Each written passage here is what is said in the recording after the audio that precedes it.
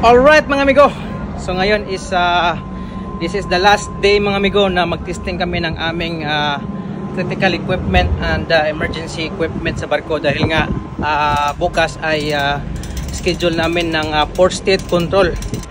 Kaya ngayon ay minabuti namin i-check ang lahat ng equipment para bukas is ready na kami. Alright, i-check natin mga amigo ang ating emergency fire pump. At pagkatapos ito ay ang ating emergency diesel generator. So we check the battery starting and the spring loaded starting. So tatlo ang switch ng ating emergency fire pump mga amigo, sa fire station, sa bridge at saka dito sa baba. So before tayo bumaba, dapat i-ventilate natin ang area para mawala yung fumes.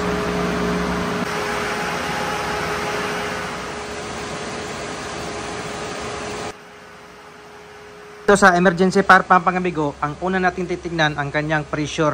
So kailangan natin ang exact pressure para maganda ang buga ng tubig doon sa fire hydrant kung sakaling may sunog o kailangan natin gamitin ang ating emergency fire pump.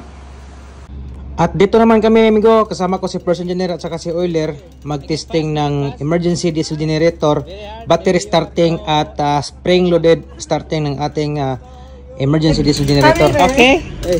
Very good. Bring it on. Then what? And let me say, okay, red color appears in the set glass. Flag. Okay, flag. Set it first. Set to start. Okay now? Yes. Start. Release.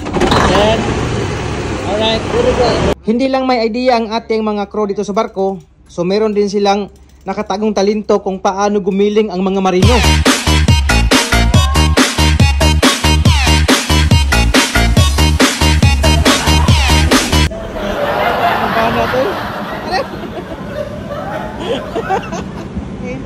Amen. Amen. Okay, start. So, Battery starting. battery start Okay. Manual. What's the next? Local. Local. Okay. Start. Okay, start. Okay. Battery starting. Okay, sayo be.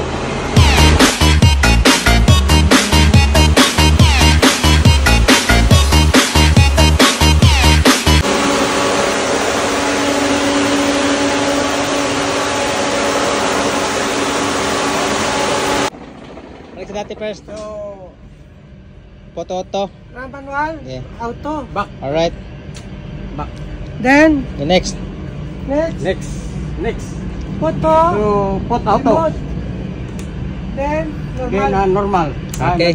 At tinesting rin namin ang fast and rescue boat para malaman namin kung okay ang makina. So nakita namin na mayroon kaming kunting problema. Binaklas namin ang carburetor at pinalitan ng hand pump para hindi magkaroon ng problema during inspection ng Port Authority.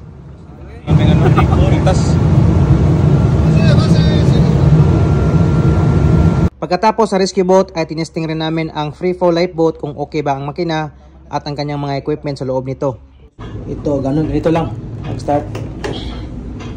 Lagay lang sa battery 1 or pwede rin sa boat or sa 2. So, kasama ko dito si second mate.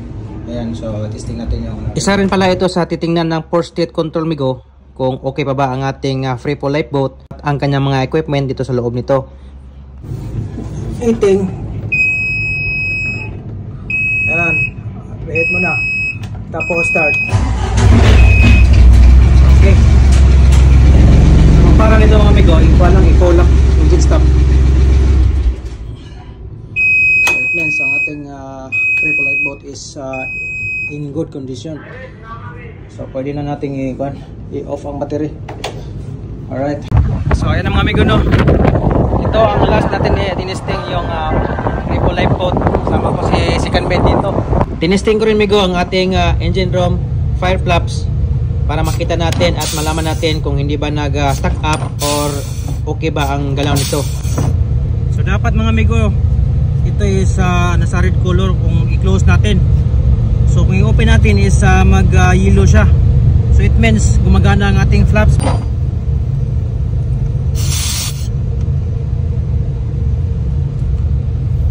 So isa rin to sa i-check ng port state control. kung okay ba ang ating ventilation flaps ng ating engine room fan. So if just in case may sunog, so kailangan natin i-close ang ventilation fan para walang hangin na pumapasok sa ating engine room kung halimbawa na may sunog. Alright.